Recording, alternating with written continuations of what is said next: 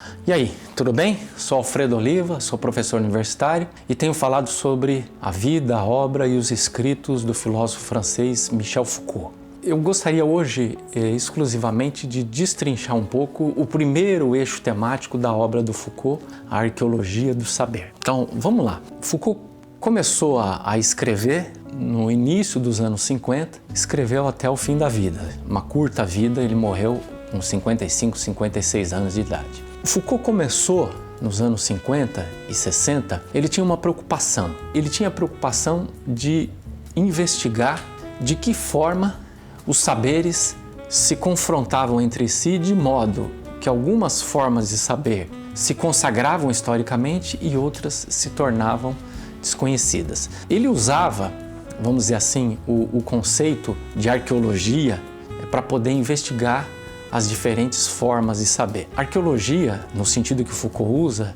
é uma analogia, né? Quer dizer, ele usa a palavra arqueologia no sentido metafórico. Nós sabemos que um arqueólogo, no sentido literal, ele escava fundamentalmente, não exclusivamente, mas fundamentalmente ele faz um trabalho de escavação. Ao escavar, ele vai reconstruindo a história através de objetos, através do cenário que ele vai reconstruindo. O Foucault usa essa analogia para se referir às diferentes formas de saber. Então, quando você vai estudar algum período da história dos saberes, da história do conhecimento do passado, o Foucault entendia que você deveria fazer isso como sendo algo parecido com aquilo que faz um arqueólogo. Ou seja, você tem que escavar. O que significa escavar para o Foucault no sentido metafórico? Significa tentar reconstruir esse cenário que existia no passado e que acabou sendo obscurecido pela história.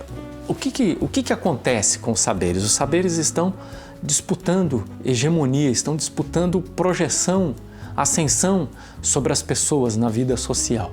Acontece que alguns saberes conseguem se consagrar, conseguem ser bem-sucedidos nessa tarefa e outros saberes são soterrados, eles são colocados para segundo, terceiro, quarto plano.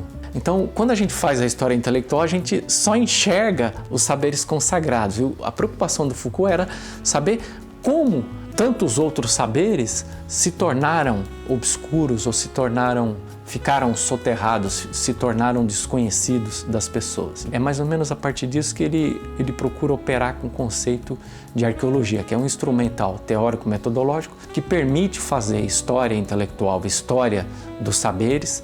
Foucault está trabalhando aqui fundamentalmente com saberes acadêmicos, está procurando mostrar a associação que existe entre saber e poder e de que forma algumas modalidades de saber se sobrepõem a outras. Vamos ver se a gente utiliza um exemplo para ilustrar aquilo que eu estou dizendo. Por exemplo, quando você estuda história da filosofia, você tem uma espécie de cânon da história da filosofia, como você tem um cânon literário. Você tem aqueles autores da literatura que se tornaram conhecidos. E você, praticamente, quando vai estudar a história da filosofia e da literatura, você tem que seguir um certo conjunto de autores. Acontece que nós temos tantos outros autores, muito mais autores desconhecidos e que foram contemporâneos desses autores conhecidos. O Foucault estava preocupado em investigar quais eram os mecanismos que faziam com que determinados saberes ficassem na superfície e se tornarem conhecidos e quais os mecanismos que fizeram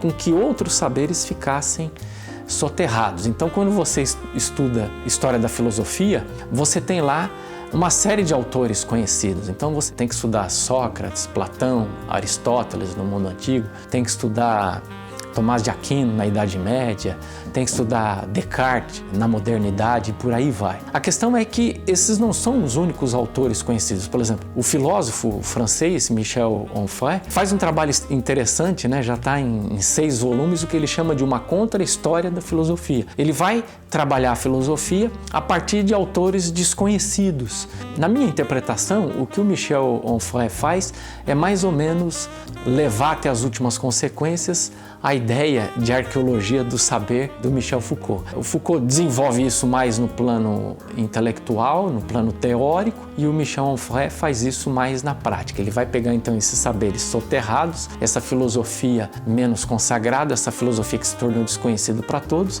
e vai trabalhar a obra, o pensamento, e com isso ele vai permitir que esses autores possam voltar novamente para a superfície, tá bom?